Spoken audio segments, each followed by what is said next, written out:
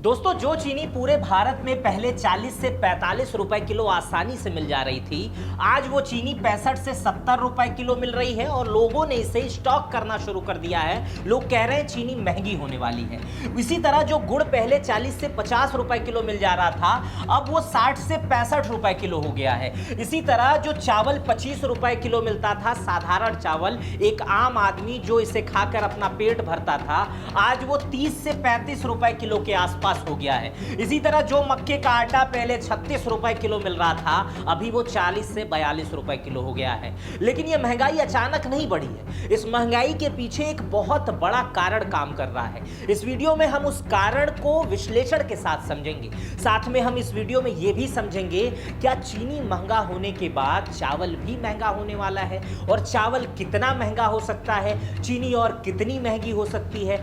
ये सब हम आंकड़ों से समझेंगे और ये महंगा क्यों हो रहा है उससे समझेंगे। वीडियो बहुत बड़ी नहीं है, लेकिन आपके लिए इंफॉर्मेटिव है। इस समय चीनी महंगी हो रही है, आने वाले समय में त्योहार है, मिठास लोगों की कम हो सकती है, जेब गर्म हो सकता है, जेब भारी पड़ सकता है ये चीनी, इसलिए इसको समझना आपके लिए बेहद जरूरी है। अब मैं आपको कुछ आंकड़े दिखा रहा हूं। दोस्तों, आईसीआरए के अनुमान के मुताबिक भारत में 2025-26 में लगभग 3.11 करोड़ ग्रास चीनी का उत्पादन होगा। लेकिन यह पूरी चीनी मार्केट में नहीं आएगी, समझ रहे हैं। अब आप सोच रहे होंगे 3.11 करोड़ चीनी का उत्पादन होगा तो बाकी चीनी जाएगी नहीं, अगर ये पूरी मार्केट में आएगी नहीं तो जाएगा कहां? दोस्तों, इसमें से लगभग 31 लाख टन चीनी के बराबर उत्पादन, मतलब 31 लाख टन चीनी जिससे उत्पादन हो सकता था, वो चीनी एथेनॉल बनाने में उपयोग कर लिया जाएगा। यानी वो गन्ना, वो मोलासिस एथेनॉल बनाने के लिए उत्पादन में कर लिया जाएगा, और वही एथेनॉल आपके गाड़ियों में डाला जा रहा है आजकल 20% के हिसाब से। यानी बाजार के लिए प्रभावी रूप से करीब 2.80 करोड़ चीनी ही बचेगी, 2.80 करोड़ चीनी ही बचेगी, बाकी का एथेनॉल बना लिया जाएगा। लेकिन पूरे भारत में हर साल हम पता है कितनी चीनी खा जाते हैं? आपको जानकर हैरानी होगी, पूरे दुनिया में सबसे अधिक चीनी हम ही लोग खाते हैं। तो पूरे भारत में हर साल लगभग 2.83 करोड़ टन चीनी हम भारतवासी खा जाते हैं। लेकिन भारत में उत्पादन हो रहा है लगभग 2.80 करोड़ टन चीनी का। उत्पादन तो बहुत ज्यादा हो रहा है, उत्पादन तो 3.11 करोड़ टन का हो रहा है, लेकिन एथेनॉल बना दिया जा रहा है। एथेनॉल बनाने के बाद जो बच रहा है वो 2.80 करोड़ टन का बच रहा है, और भारत को जरूरत है 2.83 करोड़ टन की। लेकिन इसके बावजूद, कमी के बावजूद भी भारत लगभग 7 लाख टन चीनी इस समय एक्सपोर्ट कर चुका है, मतलब दुनिया को भेज चुका है। कि हम बेच भी रहे हैं चीनी, कुछ मतलब बेचने में कमी लगा दिए हैं, लेकिन चीनी बेच भी रहे हैं, एथेनॉल भी बना रहे हैं, और भारत में भी चीनी बेच रहे हैं। इसी के कारण चीनी जो है वो महंगी हो रही है। अब आप सोच रहे होंगे कि अगर ये स्थिति है तो भारत में चीनी की कमी कैसी पूरी होगी?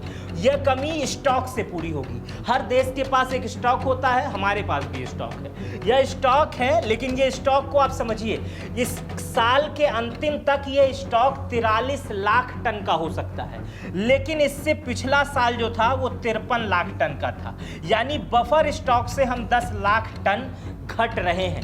मतलब भारत में जो स्टॉक में चीनी रखा जाता है उसमें हम लगभग 10 लाख टन घट गए हैं, क्योंकि हमारा अधिकतर हिस्सा, एक बड़ा हिस्सा, अधिकतर हिस्सा नहीं, एक बड़ा हिस्सा एथेनॉल बनाने के लिए गन्ना दे दिया जा रहा है, जिससे चीनी उत्पादन में कमी आ रही है। अब इसको एक दूसरे आंकड़े से हम समझते हैं कि चीनी जो है हमारी, कहां से चीनी की कमी पूरी होगी। चीनी आ रही है हमारी ब्राजील से।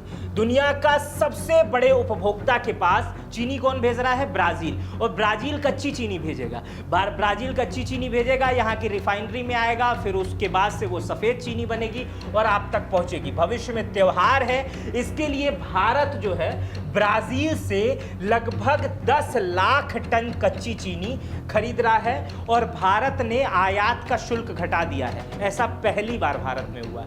भारत अगर चीनी कोई बेचना चाहता था, भारत में चीनी आती थी तो 100% 20% का आयात शुल्क लगता था। मतलब भारत उस देश से 100% टैक्स लेता था। मतलब जितने की चीनी तुम बेच रहे हो उतना ही तुम टैक्स दोगे तब भारत में चीनी बेचोगे। लेकिन भारत आयात से शुल्क हटा दिया है। मतलब भारत में चीनी खुद ही इतनी ज्यादा पैदावार थी कि भारत दूसरे देशों को बेच रहा था, अगल बगल निर्यात कर रहा था, उससे पैसा कमा रहा था। लेकिन आज की डेट में भारत दूसरे देश से चीनी ले रहा है और दूसरे देश से आयात शुल्क भी घटा दिया है। ऐसा भारत में पहली बार हुआ है। सरकार सीमित मात्रा में 10 लाख टन चीनी पर यह शुल्क हटाई है और सरकार ने इस विशेष आयात की अनुमति 31 अक्टूबर 2026 तक रखी है।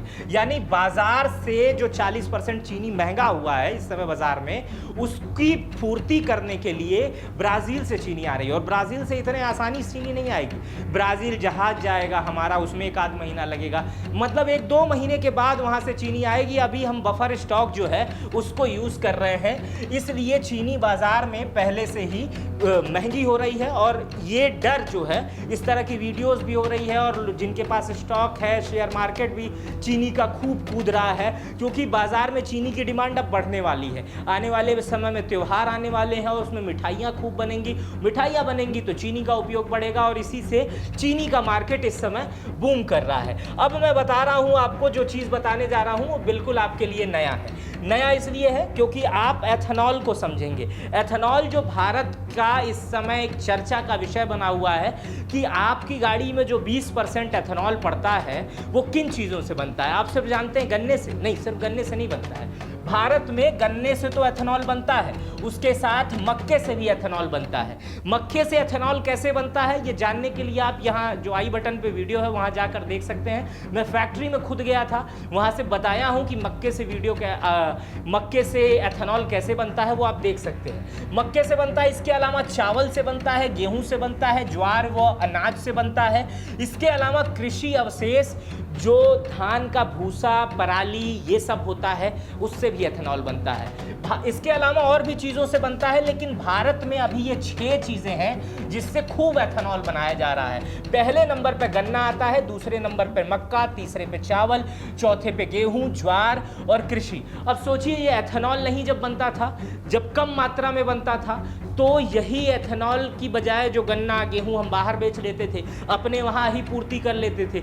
लेकिन एक बड़ा डाइवर्जन, अब मक्का एथेनॉल बनाने के लिए अगर उपयोग कर लिया जाएगा तो मुर्गी का चारा कैसे बनेगा और मक्के से संबंधित चीज़ें जो बाजार में बिक रही हैं वो कैसे मिलेंगी। वो चीज़ें महंगी होनी ही हैं। इसको और आसान भाषा में हम आइए आपको समझाते हैं कि अगर मक्का महंगा होगा तो क्या क्या महंगा हो जाएगा। देखिए, मक्के से होता है चिकन जो आप चिकन खाते हैं उसका जो पोल्ट्री फार्म में दाना बनाया जाता है वो मक्के से ही बनाया जाता है। और अगर मक्का महंगा होगा तो चिकन अपने आप महंगा हो जाएगा, क्योंकि उसका दाना उससे बनाया जाएगा।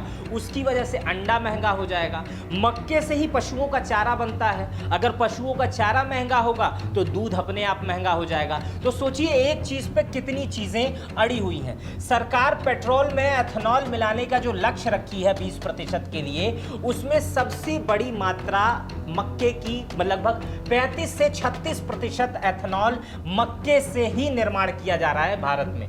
लगभग 2022-23 में मक्के से 31 करोड़ लीटर एथेनॉल बनाया गया था। इसी तरह 2024-25 में मक्के से यह बढ़कर 484 लीटर हो गया और 2025-26 में 1.26 करोड़ टन मक्के का इस्तेमाल होने का अनुमान लगाया गया है। अब समझिए कि जब इतना बड़ा मक्के का इस्तेमाल इधर ही हो जा रहा है तो मुर्गी फार्म के लिए दाना कैसे बनेगा, इसके साथ अंडा उत्पादन जो होगा मुर्गी की वजह से उसमें वृद्धि होगी। ये सब बहुत सारे आंकड़े हैं। पहले भारत जो है वो मक्के का बाहर निर्यात करता था, लेकिन अब मक्का भी बाहर से खरीद रहा है। मतलब जिन जिन चीज़ों का एथेनॉल के कारण, जिन जिन चीज़ों का हम पहले बाहर निर्यात करते थे, बेचते थे, अब वो हमें खरीदना पड़ रहा है।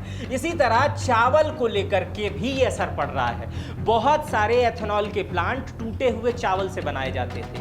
जो चावल टूट जाते थे, जिन चावलों का आप इस्तेमाल नहीं कर सकते थे, या जो चावल सरकारी कोटे पर दिए जाते हैं वो चावल, उसी तरह के चावल का इस्तेमाल एथेनॉल बनाने के लिए किया जा रहा है।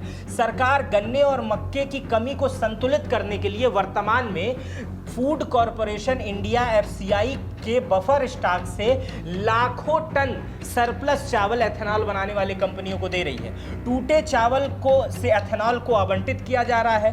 टूटे हुए चावल का एक बड़ा हिस्सा पहले गरीब आबादी के भोजन, पशु के चारे में काम आता था। इसी एथेनॉल में डाइवर्जन के कारण बाजार में गैर बासमती चावल की किस्मों में कीमतें जो हैं वो बढ़ने लगी हैं।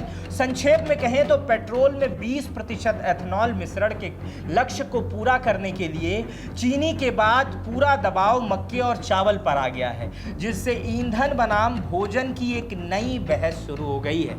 आप समझने की कोशिश करिए कि जो चावल अभी कुछ दिन पहले खबर आ रही थी कि अब जो राशन कोटे से मिलता था अब उसकी जगह पैसा आएगा। इसकी मूल जो भूत आवश्यकताएं हैं कि जो हम राशन बांट दे रहे हैं लोगों को, वो अब वो चावल का इस्तेमाल जो है हम एथेनॉल बनाने में करें और लोगों को पैसा दे दें। अब इसको इस तरह से समझिए कि जो सस्ता चावल पहले गरीबों को दे दिया जाता था और गरीब इससे अपनी भूख मिटा लेते थे, अब हो सकता है, ऐसी सरकार की अभी कोई योजना आई नहीं है, लेकिन हो सकता है कि वही भविष्य में उसी चावल और उसी गेहूं का डाइवर्जन एथेनॉल बनाने के लिए कर दिया जाए, ताकि E20 का जो लक्ष्य है भारत में कि जो 20% एथेनॉल मिलाने का लक्ष्य है वो पूरा हो सके और लोगों के गाड़ियों में 20% एथेनॉल डाला जा सके। इस लक्ष्य को सरकार पूरा करना चाहती है पूरे देश में सटीक रूप से। अब इस वीडियो पर आपकी क्या प्रतिक्रिया है, आप कितना समझे हैं, मुझे कमेंट बॉक्स में बताइएगा। अपना बेहद ख्याल रखिएगा। बहुत बहुत शुक्रिया।